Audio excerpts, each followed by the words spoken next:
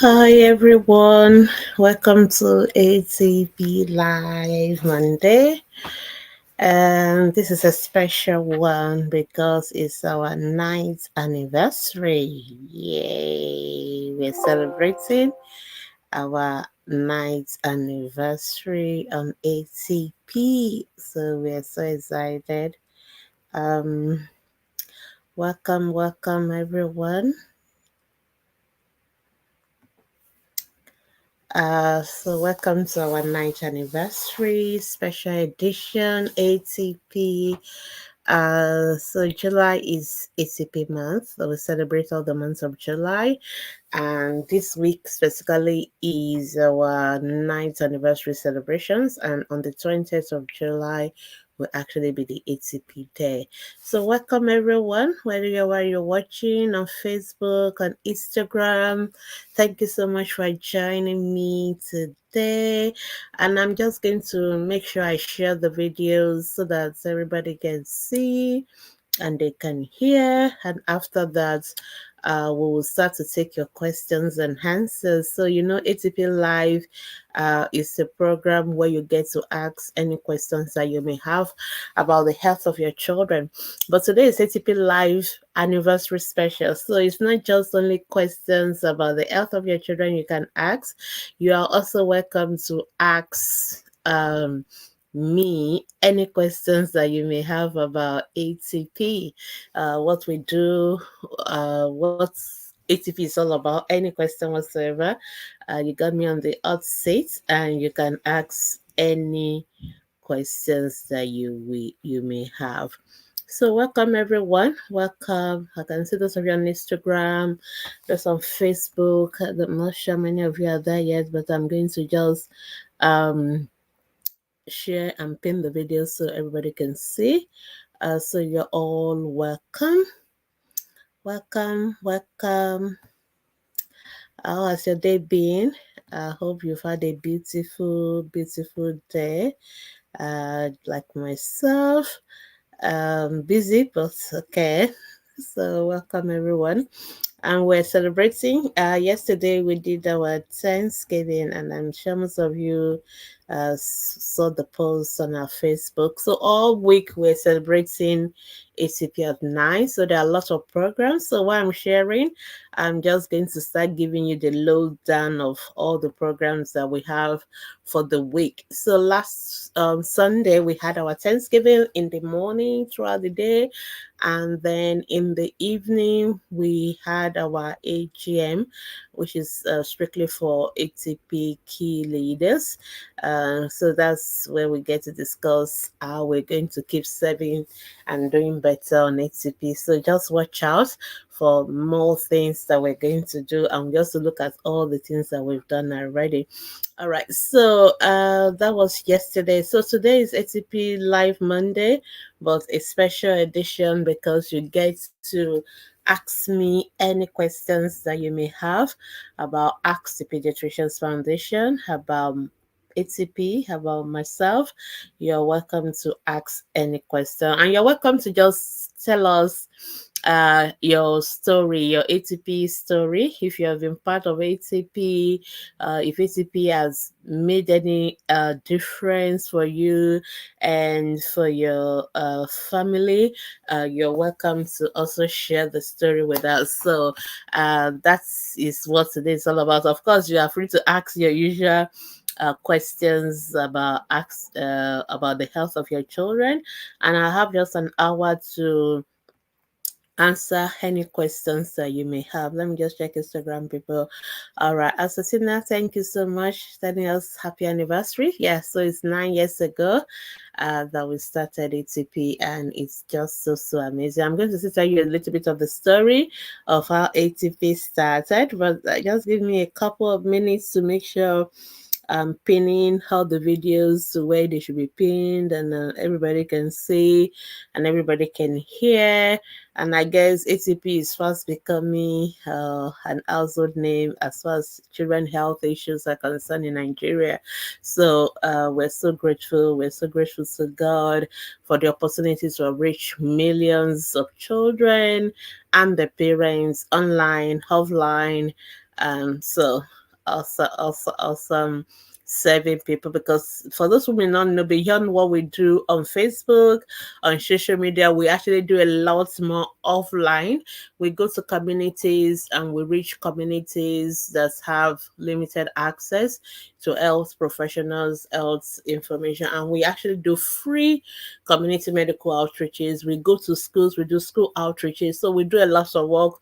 We've renovated schools before in Kwara, in Mansha. So we do a lot of things. Everything that has to do with the health and welfare of children, we are committed to it. So that's what we do on ATP. So welcome everyone, and thank you so much for joining us. So I hope Facebook people can see me now, and this is time for ATP Live. So if you have any questions about the health of your children, feel free to feel free to ask your questions. Feel free to post your questions in comments on Facebook, on Instagram, on YouTube, whichever platform you're watching on right now.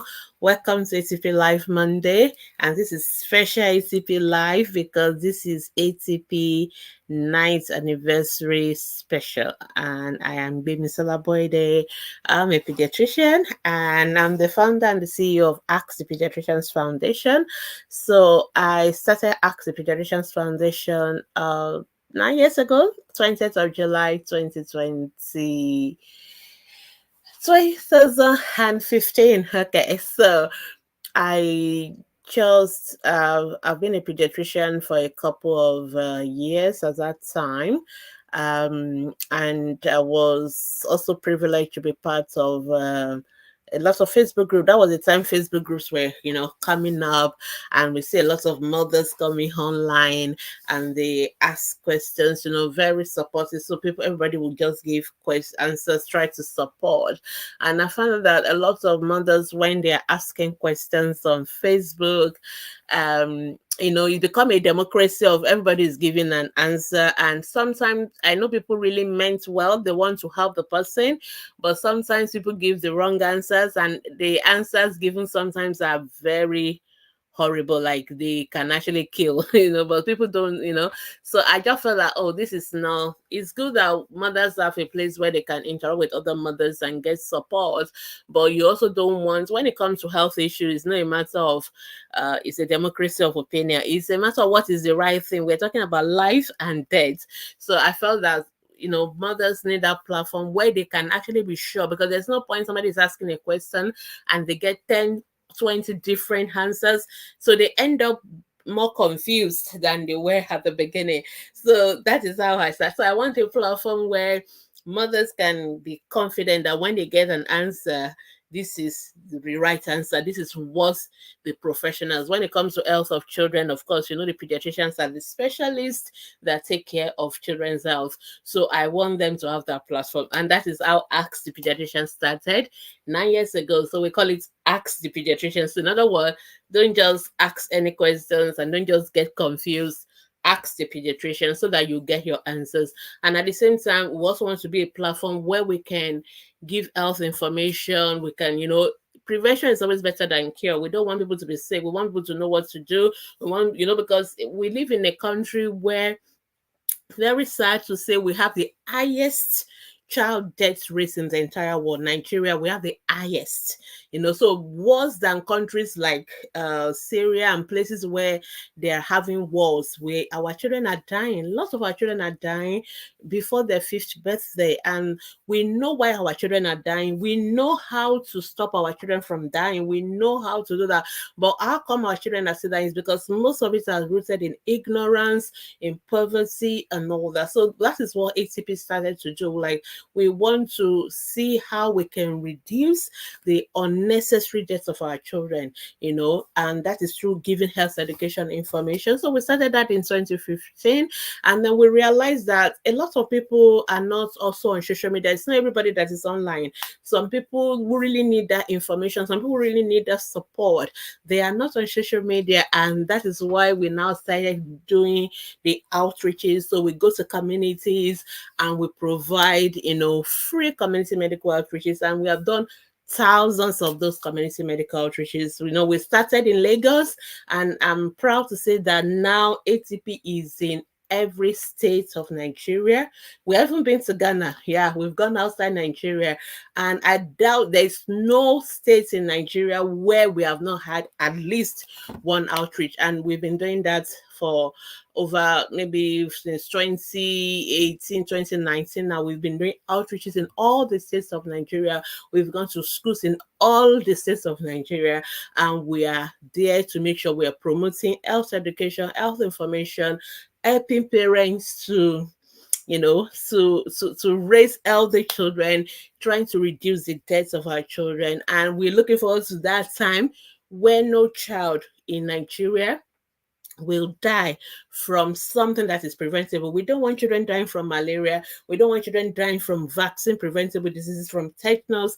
These are things that we can treat. These are things that we can prevent. So this is what ATP is all about. And this is why I come here on Mondays and have 1 hour session. This is why we're on Facebook 24/7, Monday to Saturday, answering questions. This is why we go out and we spend millions of naira doing these community outreaches, making sure that our children are alive and they don't die. So it is worth celebrating. We are celebrating 9 years of doing this, and we look forward to doing more and more until we get to that point where when a child dies, it is a serious issue. In other places, when a child dies from things we don't expect, maybe from cancer, those things that we cannot do much about, they do what they call serious inquiry. The question is, why should this child die? But here, most of our parents will even accepted that it is normal for children to die. So people want to have many children because they are not sure how many of them are going to survive.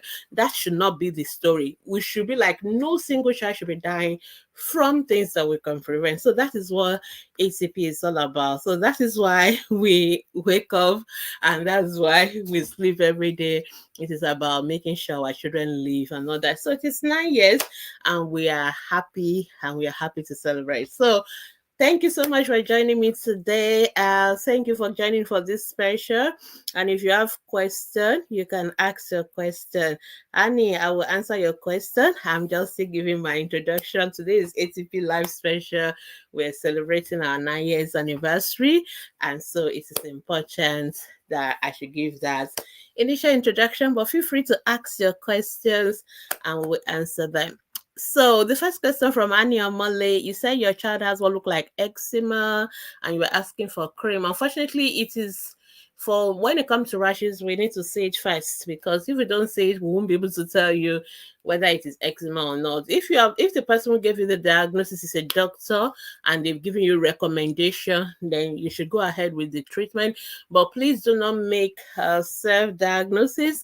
So it's best for you to send a picture of that rash and let us say it, and we can advise you whether it is eczema or is an infection, and then we can tell you what to do. Otherwise, you may want to just see a doctor first, and then they can provide you with appropriate treatment. But when it comes to rashes and stuff, unfortunately, we have to see them first. We cannot just assume that's what the cause of a rash is when we have not seen it.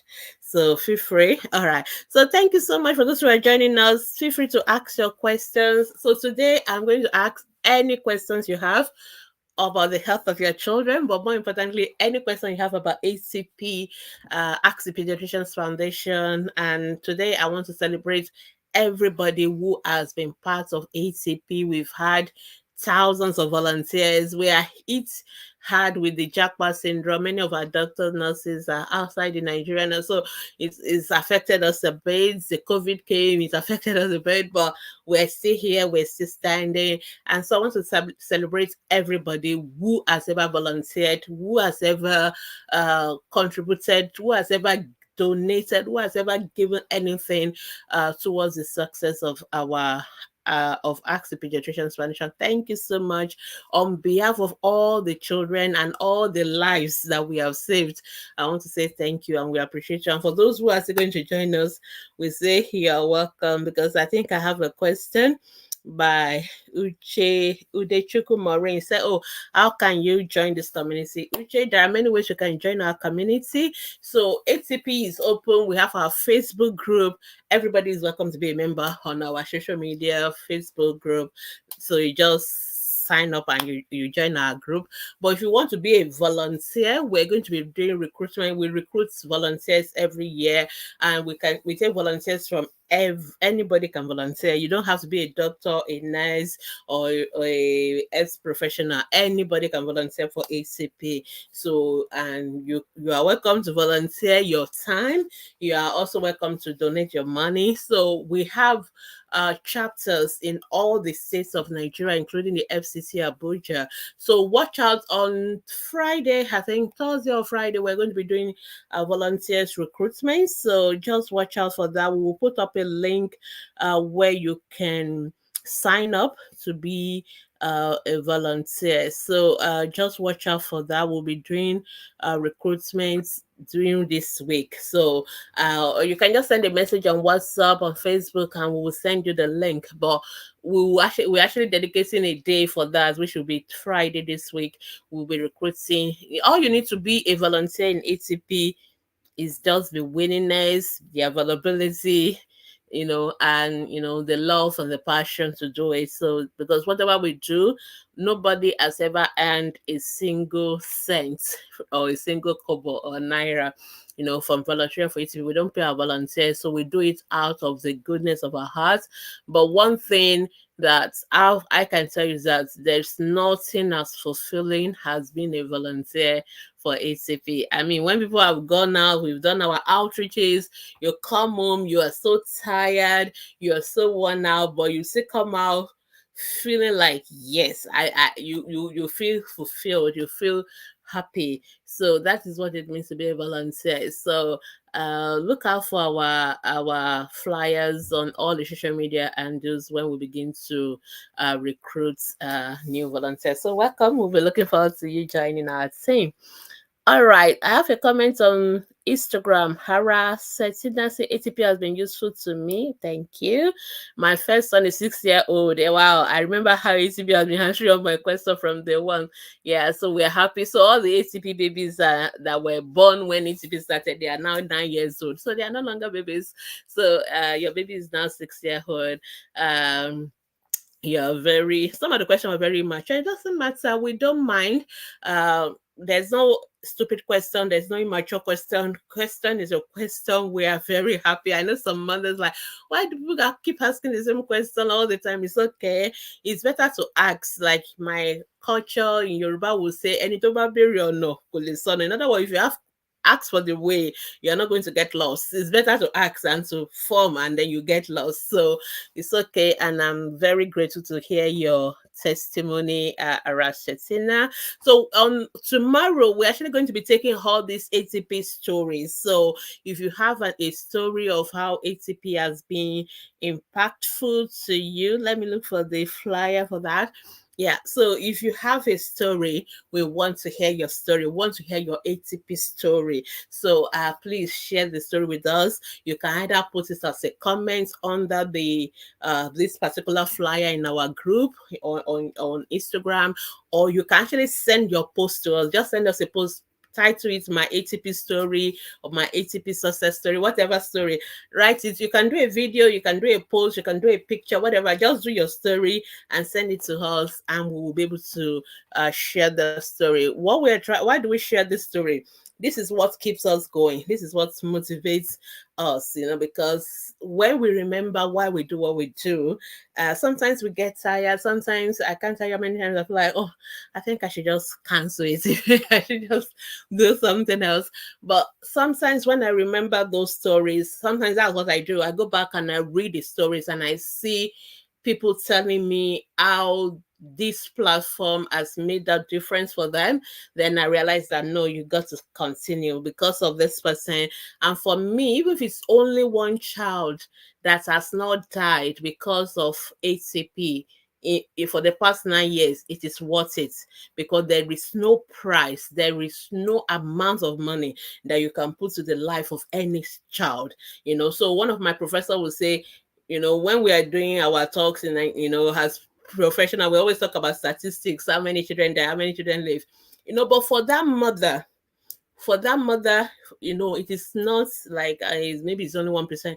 For that mother, it is 100%. It's her child. It's 100%. That statistics is 100% to her. For a mother who lost her child, it is 100% for her. It is not okay, only 1%. So that is why it's important that we keep doing what we do, and that's why it's important that we read the stories. This is what motivates our volunteers. This is what keeps us going. So please watch out, and we look forward to reading your stories. We look forward to sharing the stories as well. All right. Yewumi Bola. Okay, so thank you for the opportunity to serve. Thank you. I guess you're one of our volunteers. Thank you. Please ask your questions. It's okay. Ask your health question. Don't mind us. It's our anniversary, yes, but we're still here to answer any questions that you may have. So feel free. All right. Amadingo Sichuku say good evening, Doc. My 10-month-old recently cry every night. She's not running temperature. She's not hungry. I'm concerned about it. Okay, there are many reasons why children cry, and the most important thing is for you to figure out what it is that is making the child to cry. So it is not only fever and hunger, like you said. It could just be the child is cold. It could be the nappy is wet, and then this cry, you have not really told us when you say, oh, you cry, when does the baby start to cry? How long did the baby cry for? Are you able to easily console the baby, or the baby is crying so much you are trying to console the baby does not stop crying? So we need those information first, and you have made sure the weather, the room is not too hot, it's not too cold and all that. You need to figure it out. If you are not able to figure out what it is that is triggering the cry, then you may want to see a pediatrician so that we can examine the baby, make sure there is no in illness. Even the way the child cries, is the child crying unconscious or the child is crying unconscious? So we need to have all those information. I've actually done a particular presentation, a whole presentation on crying babies, and you may want to listen to it on this same, if you just check on this same page you're watching now, or on our podcast or on our YouTube channel, The Crying Baby. It would be nice for you to listen to that, because what I did was to go through all the possible reasons why babies cry and when should you start to worry about crying. Crying on its own is not a problem. Is what is the crying telling us? So if we are able to work out what is it that's making baby to cry and we address it, fine. But if a child is crying, especially if you cannot console the baby, the child is crying, we call it irritable cry. They cry with this high-pitched voice. You try to comfort them, you can't comfort them. They seem not to be conscious when they're doing it. Then that is when we will worry, as a pediatrician. So you may want to do your little bit of triage, but if you're not able to work it out, then it's okay to see a doctor, especially if it is something that happens every day, every night, and you're worried about it. So that will be helpful. All right. Let me just answer the question on Instagram, because time their own question disappear quickly. Our Cecina said, do you do video assessment? Yes, we do. We actually have what we call ATP clinics, and we do virtual clinics because most of our doctors left, so we're outside the country. So we do offer virtual appointments, but we are unable to do a lot of face-to-face appointment like we used to do before. So if you send us a message or WhatsApp message, we're able to support you. But please know that anything you do one-on-one with our doctors is consultation, and by law, doctors are to charge their consultation fees. So whatever we do for you online, we come to you, that is free. But if you want to have a one-to-one session with our doctors, then you are going to pay for your consultation fee. And but it's obviously reasonable, because our goal is to make sure that our children are fine. So I hope that is helpful. All right. What happened to my? Okay, so yes, with the Chiku say I'm talking about the volunteer. Yes, I know you're talking about the volunteer aspect. So we're going to be recruiting volunteers with the Chiku Marine.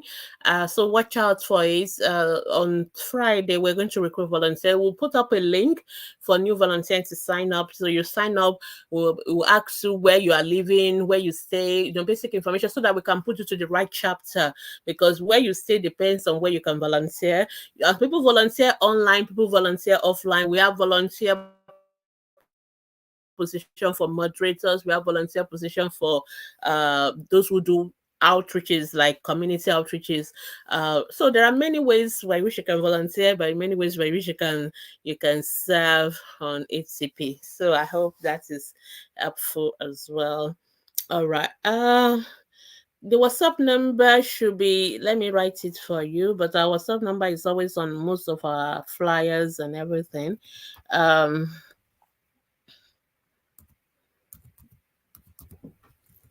if you check any of our flyers, you'll see all our contact details there.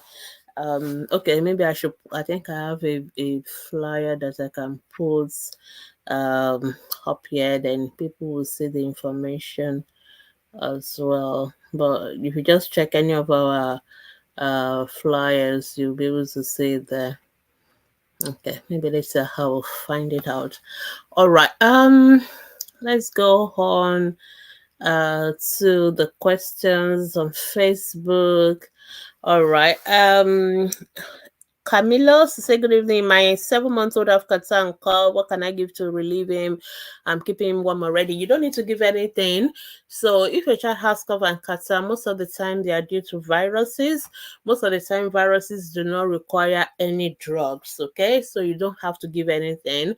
But if your child is having fever with a cough and a Kata, the child is breathing fast, or the child is breathing with difficulties, then we worry about possible pneumonia, and that is when you need to take the child to the hospital, because they may now need to give the child antibiotics treatment. But if it's just cough, catarrh, no fever, no fast breathing, no difficulties with breathing, you don't need to give the child any drugs. Okay.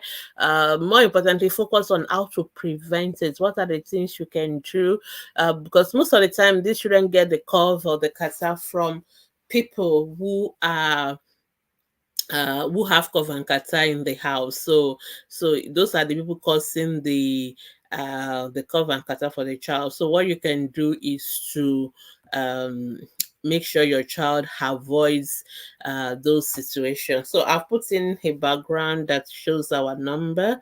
So I hope those who are asking for it, you can say, let me remove this one so you can say, well, yeah. So the most important thing is to keep the child away from people smoking, from people who have cough and catarrh, from kitchen, the fumes, the frying, the spray, all those things that irritate the children's throat. We need to keep our children away. And if your child is going to crèche or daycare, they are also exposed to other children who may have cough and catarrh, and that is how some of them get it. So you need to look out, how is my child getting this cough and catarrh? That is more important than what drugs you need to give. So if you can try to reduce the exposure, that'll be better. And make sure you keep breastfeeding your child in addition to the complementary phase. Keep warm. But if you are doing all that, your child's cough and catarrh, most of them will resolve within 2 weeks without any treatment. But like I said, the child has fever, has fast breathing, difficulty with breathing, then those are the children that you really need to take to the hospital. Those are the ones that may need medication. If the nose is blocked, sometimes it's the catarrh is so thick and it's blocking the nose. So all you need to do is just apply what we call nasal drops, saline drops. So it's just like salt and water that has been mixed together, but it helps to soften the mucus and so that it can flow out, because sometimes children are not able to blow their nose, they are not able to sneeze very well to bring out the thick mucus. So if you apply the saline drops, it will soften the mucus and then it can flow out. So I hope that is helpful. All right, let's go on. Remember, you can ask me any question you have about the health of your children and also about ATP, because it's our ninth anniversary. All right, Stella is asking, good evening, Doc. My 6 weeks old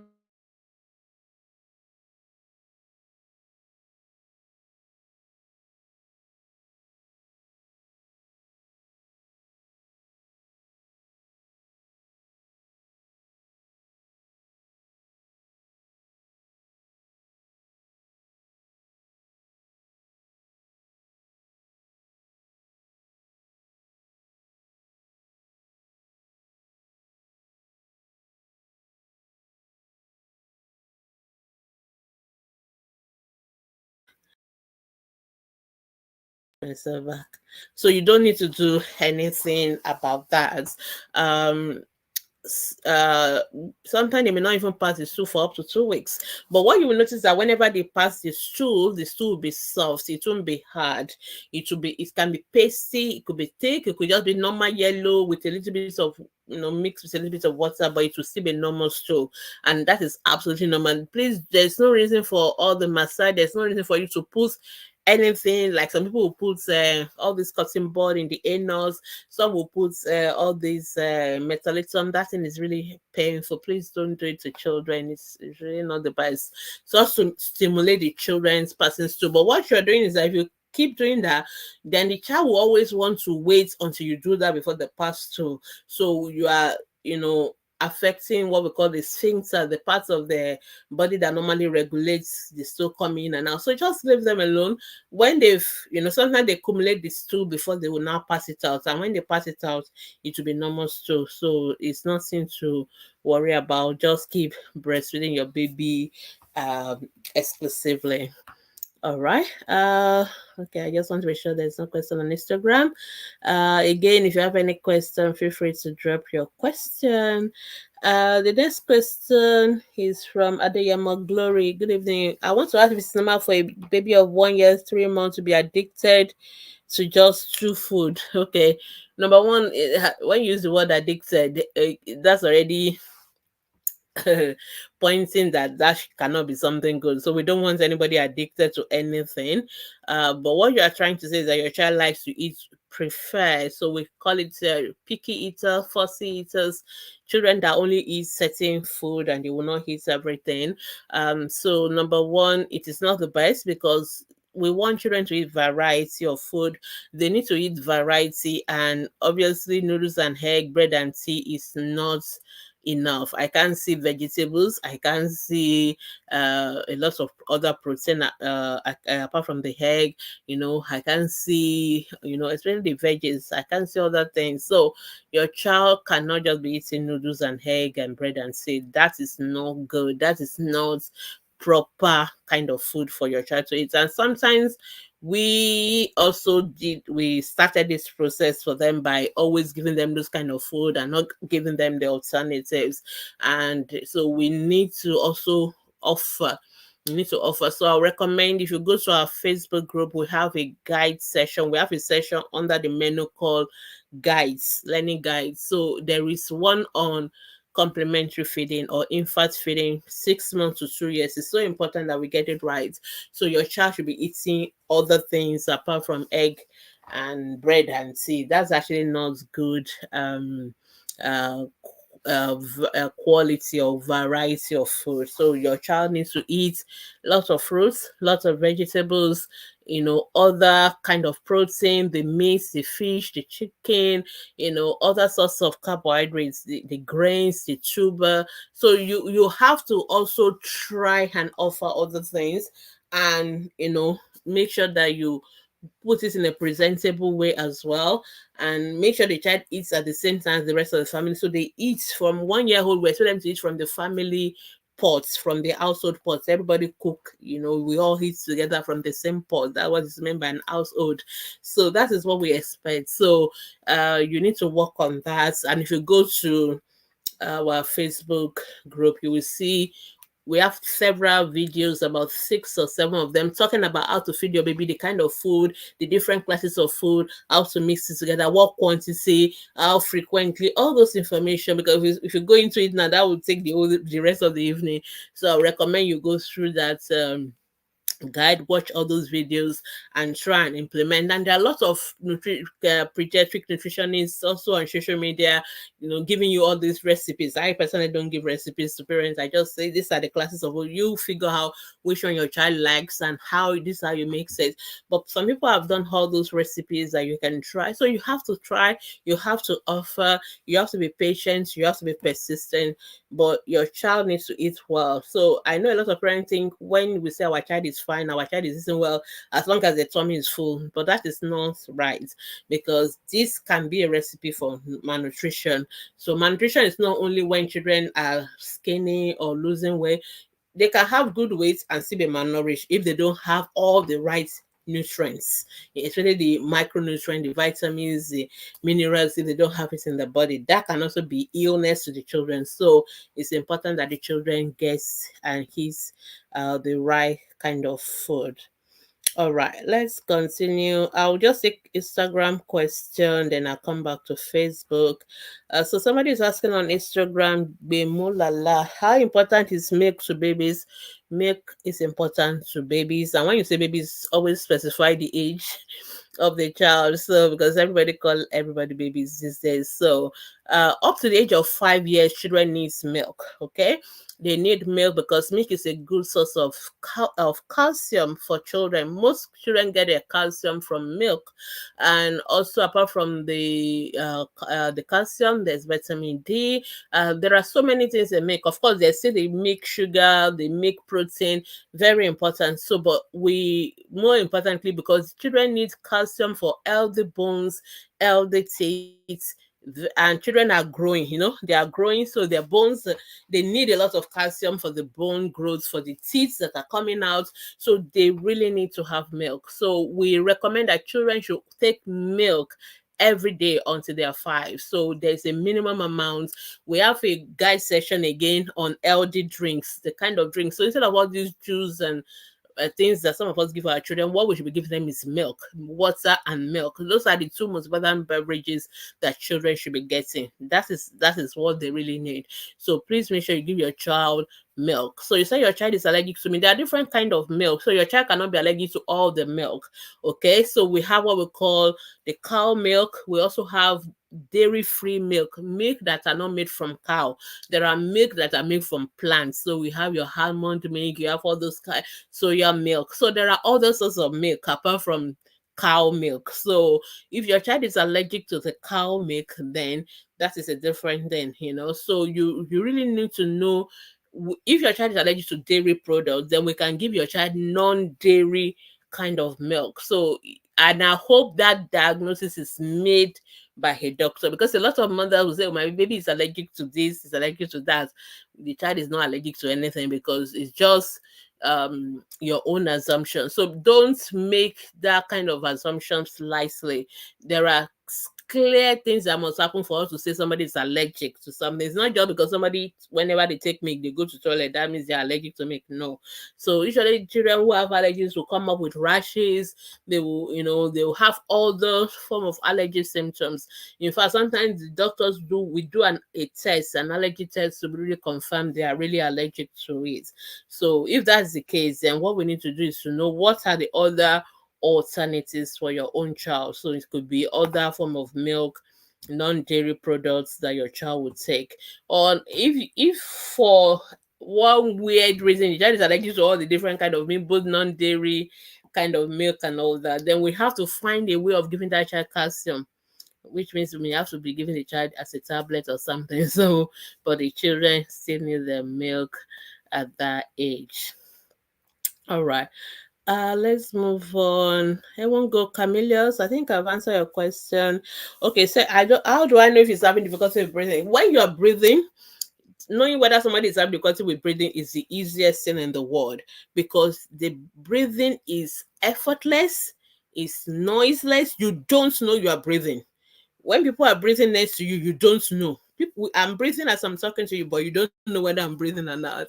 Once you start noticing that somebody is breathing, you can see a child making effort to breathe. You can hear the noise of the breathing. You can see the chest going in and out, or or some what we call recession, like some parts in between the chest wall is going down or around the neck, once you start seeing somebody making efforts to breathe, then they're having difficulty with breathing.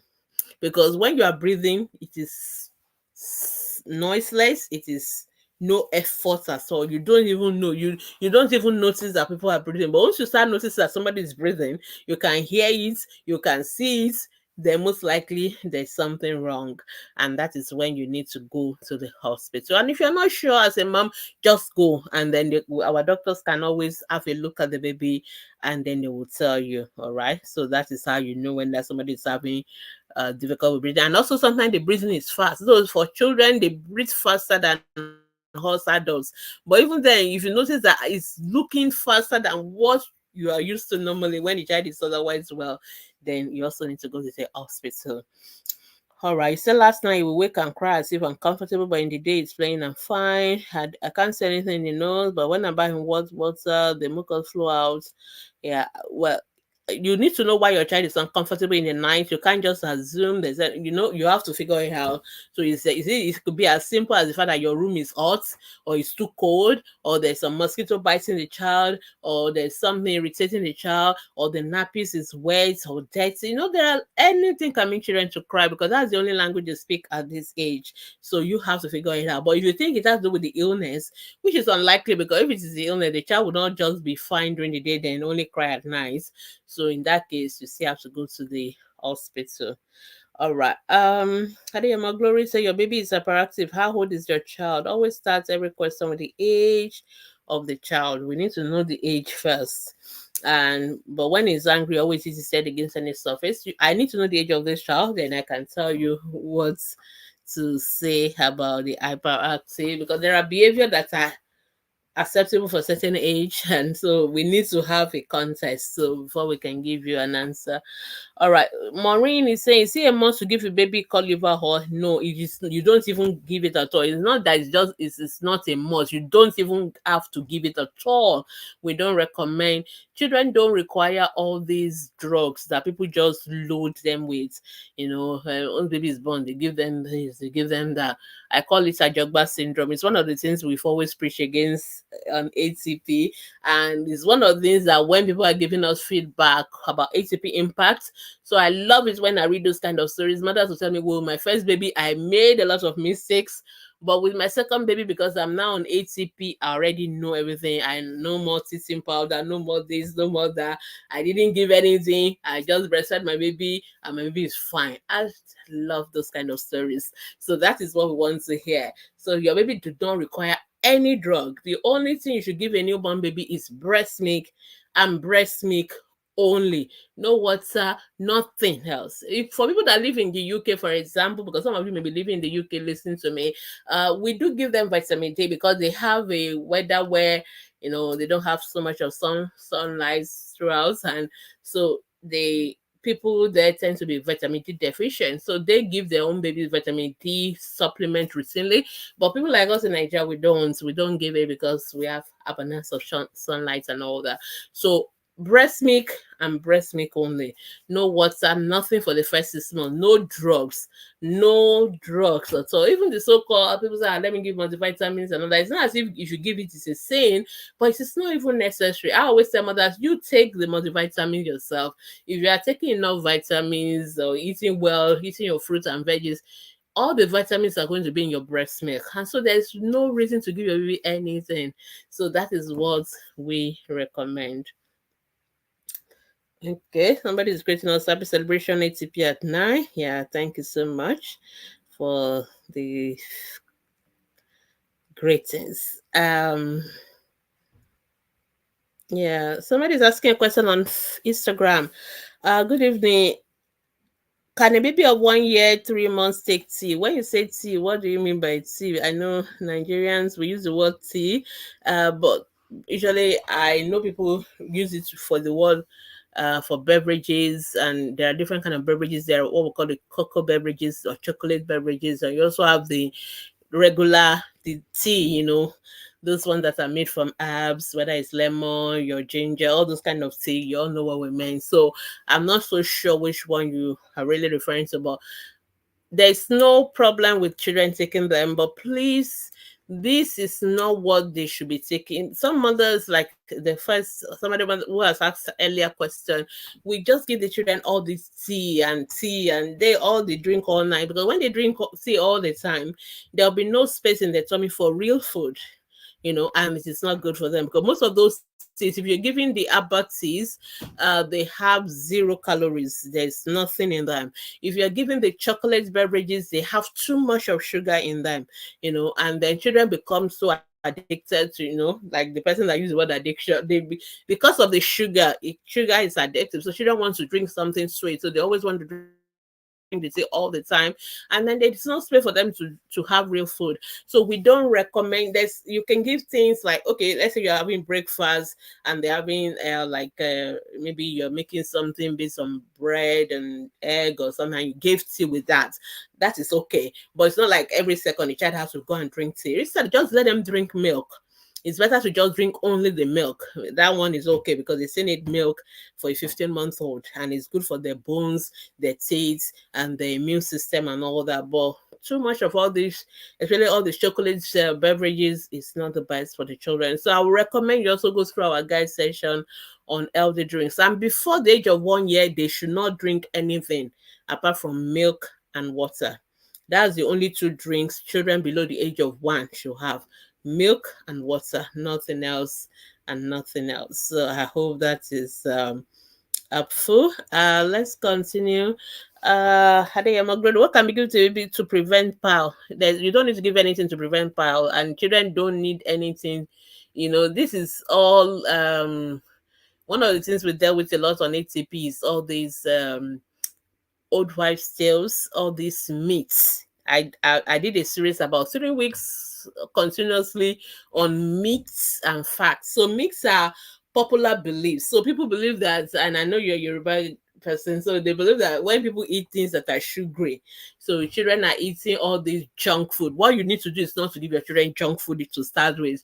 And so they now said that because they've eaten a lot of sugar, then you need to give them ab or aba concussion or something, so that they don't have the so-called jedi or pile, like they call it. Anyway, there are so many things in that information to even unpack. Okay, let's start by saying, number one, don't give your children junk food. Don't overload them with sugary food and all that. Give children healthy food. Let them eat fruits. Let them eat vegetables. Let them take those as their snacks. Don't be putting biscuits, meat pie, all those pastries, all those things. Let's not be putting it in our children's lunch box. Let's give them apple, let them have carrots, let them egg, let them eat akara, let them eat moi. Those are good snacks, healthy snacks for children. That is number one. Number two, your children eating sugar or eating junk food is not what is causing so-called pile. And the word pile, like I said, I've actually done a research also on ATP, and I asked people to tell me what they meant by jedi and all that. And I got like 20 different answers. So there are different people use different things to mean. So people refer to it as back pain. Some people is when they see blood in the stool. Some people is when they see like what we call rectal prolapse, the anus, something is protruding from the anus, or different people have different things when they think of that.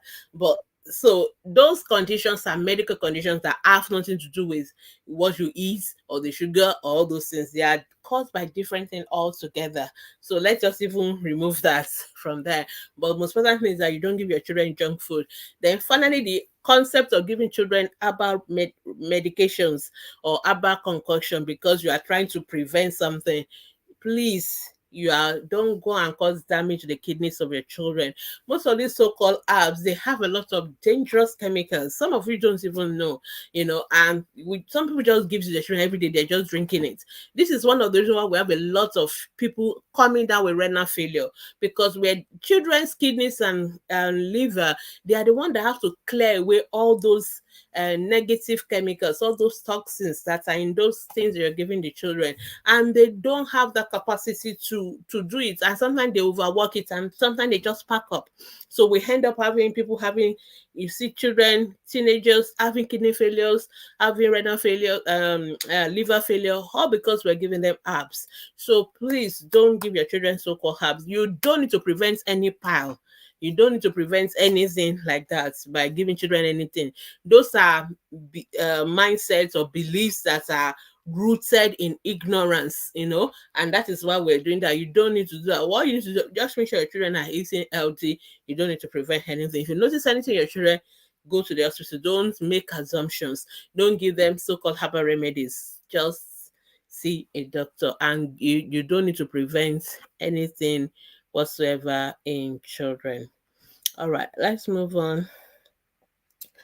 Faith Okon, good evening, pediatrician. My baby doesn't like tummy time. How old is your baby? Please, when you're asking question, always start with the age of your child, okay? Very, very important. So this issue of tummy time, for those who may not know, is when you put baby on the tummy and when they are awake, okay? And most time it's just for like about 5 minutes. It's not something like you leave them on their tummy forever. Please, children should always lie on their back, especially when they are sleeping, because of the risks of sudden infant death syndrome. So please be very careful. So it's not something you have to do. It's not compulsory. Some of these things are just practices that don't have any scientific basis for anything. So if your child doesn't want to be on the tummy, it is fine. It's not going to make the child slow. It's not going to cause any harm to the baby. Put the baby on the position that the baby likes. So there's nothing to worry about. All right. Happy Solar Hester the American. Maybe a 1 year take happy hour, Milo, Indomie without seasoning. Okay, so let's come back to again. There are lots of junks that people sell, all this so-called happy hour, this and that. Please don't be giving them to your children. Just give your children healthy food. And like I said earlier, give them milk, give them water. Stop giving them so much unnecessary junk food and all that. So for Indomie parts, the Nutritional Society of Nigeria says it's okay, but you have to make sure you add the veggies to it. So you can't just cook only the Indomie and give sure. You have to make sure you add the egg, you add maybe the peas or the carrot. You have to add other things to it so that it will have other nutrients, not just the carbohydrate thing alone, that the pasta part of it. That is what I would say. And like I already answered the question about tea, please just don't keep giving your children all this things. There's nothing like, oh, can children take it, can children take it? That's not the focus. The focus is in entirety, what is the child taking, or is the child only taking this particular thing all the time? That is a key. So even though we say, okay, after the age of 1 year your children can take chocolate beverages, that does not mean that that's the only thing you want to give them all the time. And more importantly, you want to move away from those of them that are heavily loaded with sugar. We don't talk about any particular, I'm not going to be talking a particular brand or anything. So when you are buying food products, read the labels, read the content, how much sugar, how much this, how much that. If you see something that has so much loads of sugar, then you want to move away. And more importantly, let's give children more of healthy fruits and veggies rather than all these drinks. Let them eat real food. Let them drink water. Let them drink milk. Those are better than for them to be eating, drinking so-called tea and all the chocolate beverages all the time. Once in a while, it's okay, but not something you have to give them all the time, because then that is risky and is loading them with sugar. Okay, Faith Okon, so your baby is 2 months old. Okay, that's the baby. Yeah, I've already answered that question. It's okay to put your baby on the tummy, but please, no tummy time. It's just for like about 5 minutes. The baby has to be awake. Okay, it is not something you leave the baby permanently on. And if the baby does not want it, it's okay. You don't have to do it at all. All right. Let's go on. Olayinka, what about I don't know what, I'm not sure I understand. The 9 month old baby that roll on tummy during midnight on his own. I'm not sure I understand your question. Are you saying that if you put your baby on the back and they roll when they're sleeping and they go on their tummy, you put them back? If you're awake, you see it, you put the baby back, put them back on their back. Baby should sleep on the back in the first 1 year of life. It's so important. We're talking about sudden infant death syndrome, SIDS. We found out that children who lie on their tummy are more likely to die from unexplained reason, which we call SIDS. So one of the ways to prevent it is by making sure babies sleep on their back, and please do it from the beginning. And I know people will say, oh, my baby doesn't like to sit on the back. No, it is what you train your children with that they will like. We have to teach them the right thing, and we're talking about life and death here. So please put your baby to sleep always on the back. Babies 0 to 1 year always on the back. If they roll around, very unlikely, but it's possible, then you discover that, then you put them back on their back. So that's what I'm going to say about that. Yeah. Don is saying, okay, so at what month can someone put a baby on their tummy? Preferably, people should sleep on the back or on the side, to be honest. So that is what is recommended, really. So, but we are more worried about the SIDS in children below the age of 1 year. That's where the risk, because these are children that can easily block. So let me explain why we do that.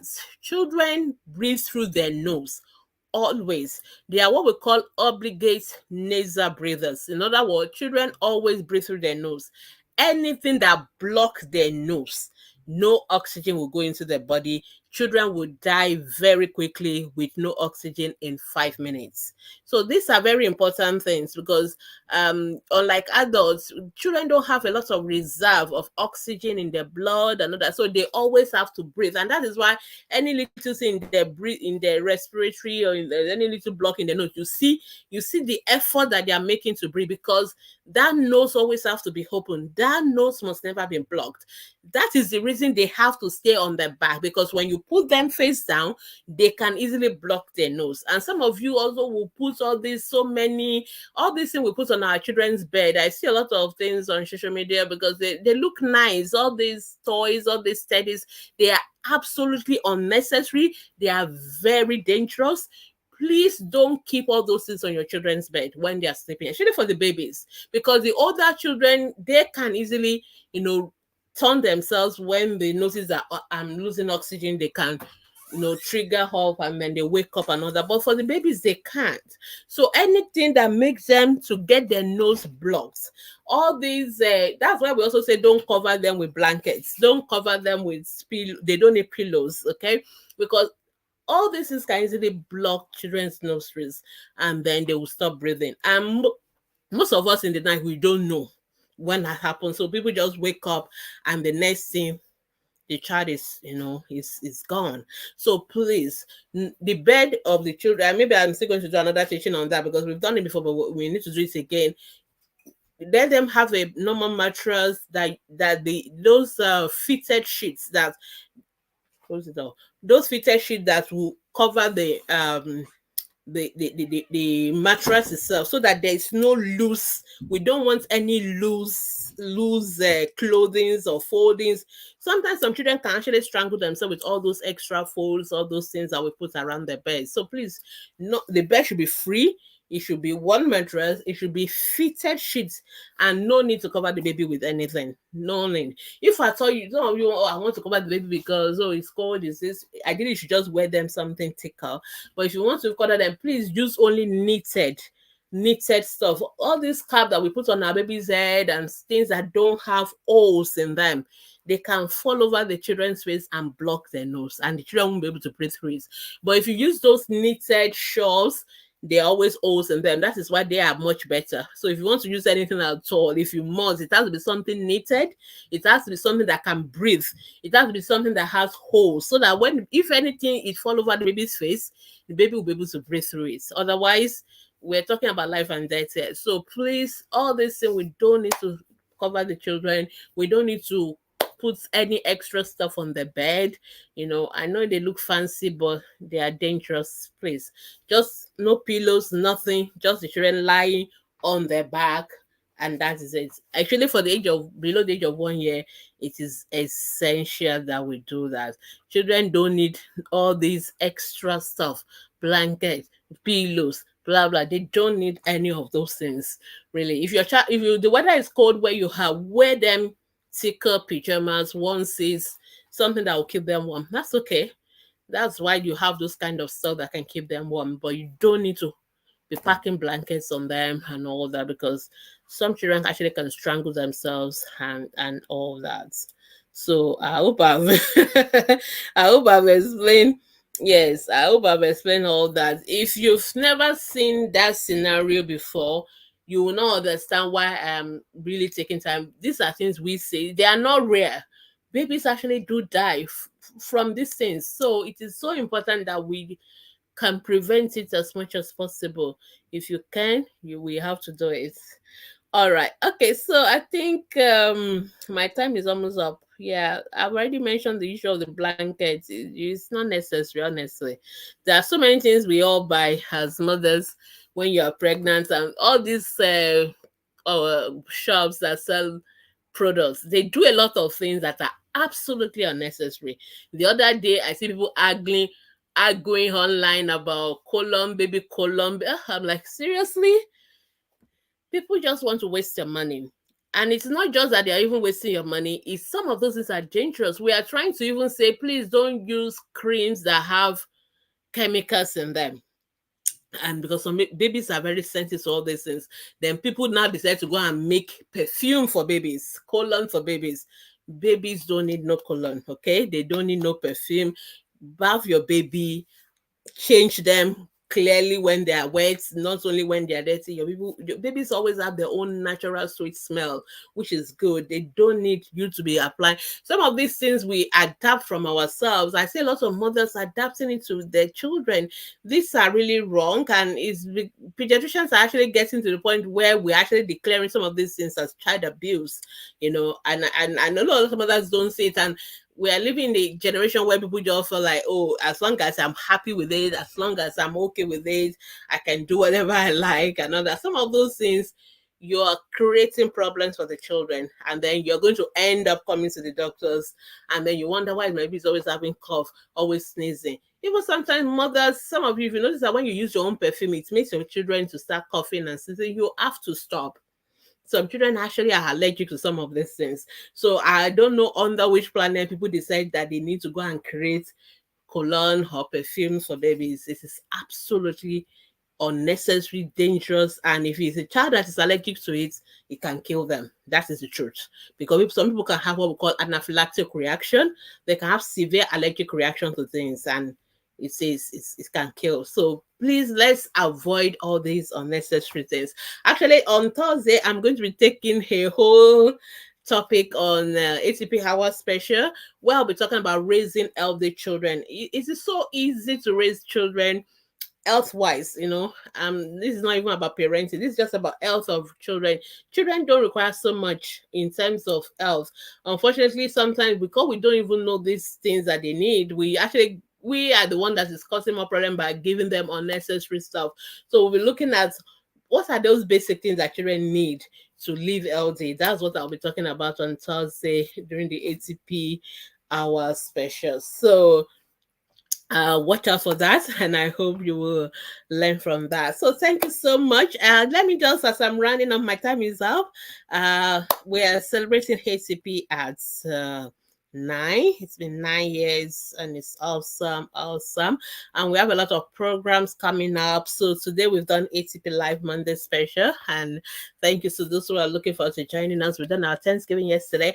Tomorrow we want to hear your stories. So share your stories with us. Tell us the impact of ATP from yourself, you're a member, you're a volunteer. Please tell us a story. Do a video, 1 minute. If it's 1 minute, we can put it on Instagram. If you want to write up, if you want to put a picture, just tell us how ATP, whichever platform of ATP you are, has been of impact to you. So that's what we're going to be doing on Tuesday. On Wednesday, we're going to have our quiz. It's going to be trivia quiz. Do you think how ATP compliant are you? Do you know everything about ATP? So we're going to have our quiz competition on Thursday. It's going to be a Google document quiz. So we just released the link. You go there, and it's going to be the fastest fingers and correct answers. So that's how we're going to do the quiz, and we have a lot of prizes for those who win. It's not so much, but it's something. So make sure you participate in the quiz.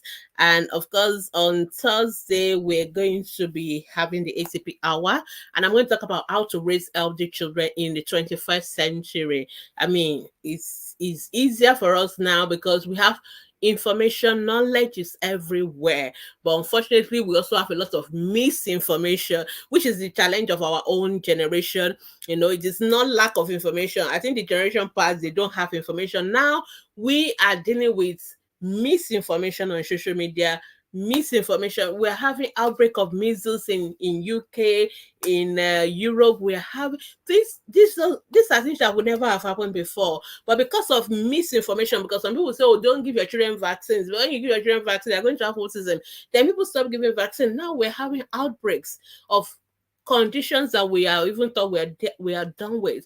So there's a lot of misinformation. And so I always say, which is one of the reasons why ATP exists, it's about making sure you have access to the right information, because it is not every information you read online on the internet. And unfortunately, people tend to go away easily with the wrong information. Remember during the COVID, some silly children wake up and say people should go and bath with salt. Do you know how many people ended up in the hospital with kidney failure because they bathed with salt, which somebody silly just made up on their own? So misinformation, and it easily goes viral, which is the challenge we're having in this era of social media. We should be looking forward to how we can use social media for good rather than for promoting wrong information that goes viral and is causing harm. So I'll be talking about that and how we as parents can safeguard our environment to make sure we don't end up, getting the wrong information. Especially those of us that rely on all these influencers, everybody, some people are just out on social media to make money, honestly. And they will say all sorts of things and they'll promote all sorts of things as long as their bank account is smiling. And for me, it is dangerous when it comes to our children. We can't have 4 people to give wrong information. Some of us, a lot of people who are on ATP will think that we are very strict. ATP, we are very strict. You comment when you're not supposed to comment, you are gone. We don't even give you second chance. I've seen people come to me, I just want to come back and it's a mistake. No, you are gone. Because some of you don't know that the impacts, that wrong information can kill a child. And for me, I cannot allow it to happen on my watch, which is why we say when you post question in our group, only the professionals are going to answer. We close the comment section. We cannot allow misinformation. It is why we started the group, because there's so much misinformation on social media, and you must make sure you are not getting wrong information that will kill your children. So we can't afford to allow that to happen. So this is what I'll be talking about on Thursday. And then on Friday, we're going to celebrate all our volunteers. We appreciate our volunteers. They are amazing. I mean, there's no ATP without the volunteer. I'm chief volunteer, but we have several thousands of volunteers all across the country, all across the world, not only in the country, all across the world. And we really, really appreciate them, because without our volunteers, there will be no ATP. And so we'll be celebrating, we'll be giving awards to our outstanding volunteers. And then ATP Day is actually the Saturday, the 20th of July, and 6 p.m. we're going to have a program like this. We're going to give out our awards and we're going to do our prize draw. Please support our ATP. We're doing our fundraising. I forgot to mention that. So please support us to do more. If you have been blessed by ATP, please donate. Something is too small. If you give at least 1,000 naira towards our vision and our mission, we're going to put you into a raffle draw. I know it's not most of you don't need the money, but please just support us. We are trying to raise funds. If I tell you how many millions of naira have been spent in ATP, in all these programs we're doing, you'll be amazed. We spent hundreds of millions of naira, and I said that with very confident because I can show you our accounts statement. We always audit our accounts every year. Very transparent organization. Every kobo you give to ATP is going towards the support of an outreach of a child. It is not given to anybody. Nobody is making any profit from it. That is what we do on ATP. So please, we need your donation. If you have corporate organization that can partner with us, please let us know. We really, really need a lot of money, because right now we are really, looking for money so that we can do more. We're doing our school outreaches and giving out each of those booklets we give to those secondary school children. Each of it production cost alone is 100 naira, and we've given over 100,000 of them already just in 1 year, and we actually want to do more so that it can work out the math. So we need a lot of money. So we want you to support us. Please donate. It can be 1,000 naira, it can be 100,000, it can be 1 million naira, it can be 20 million, it can be 1 billion naira. We are happy to take it from you. Please see, if you want to be part of the raffle draw, just donate to our accounts. Our account details are showing on the screen. And then send us a message that you've donated. We'll confirm it and we'll put your name in the raffle. And we're going to be giving out the prizes also on Saturday. All right, I think those are all the announcements. So join us to celebrate ATP at 9. And on Sunday, we'll have our parties. We're going to have parties because we really, really celebrate all the impact we've made. So we deserve to have a party. And that will be at the chapter levels in each of the states. Everybody's already making their own plan, how they're going to have their parties. So that will be on Sunday. And that will be the end of our ATP 9th anniversary. We look forward to the 10th anniversary because it's going to be massive. But let's celebrate the 9. And then first week of August, we're going to have our breastfeeding week as usual. So thank you so much, everyone, for joining me today. Yes, okay. Rim don't say ATP, keep it up. Here in Finland, babies are not given any drugs. Yes, it should be the same thing in Nigeria. Babies, we don't give them any drugs, and we only give them breast milk. Thank you. I'm happy that it's not only in Nigeria, because people think, oh, these things we do it because we are living in Nigeria and it is third world. No, it is not third world. That is what they said in America. That is what they said in UK. That is what they say. Just that some of these countries, everybody wants to do what they want to do, and they cannot force anybody to do anything. So they don't put a lot of no, but they have a lot of resources. So they can, if anybody drop dead, the helicopter will come and pick them up in their house. You're not going to get that in Nigeria. So you better do the right thing, because we don't have that resources like they do, so they can afford to play around. But we don't have that. We don't even have clean water. We're having cholera in Lagos, smart city. We're having cholera. So we can't be comparing ourselves to those countries. Okay, but the UK, they give them formula, they do this. No, you can't compare yourself. Please, let's just do the right thing. But even those people where they do that, they know the right thing is that you should give your baby only breast milk for the first 6 months of life. All right. So thank you so much. My time is up. For those who are still asking questions, my time is up. You have to post your questions to the Facebook group, and we will answer them there. I will see you all. We'll be seeing you throughout the week because of our anniversary celebration. But I think I'll see you on Wednesday for the quiz. I'll see you on Thursday for the ATP hour, and I will see you on Saturday when we're going to have the main celebration and awards. And please make sure you get your raffle. Make sure you donate and get entry into our raffle draw so that you can win prizes. Thank you so much. Have a wonderful, wonderful evening. And it is bye. Bye-bye.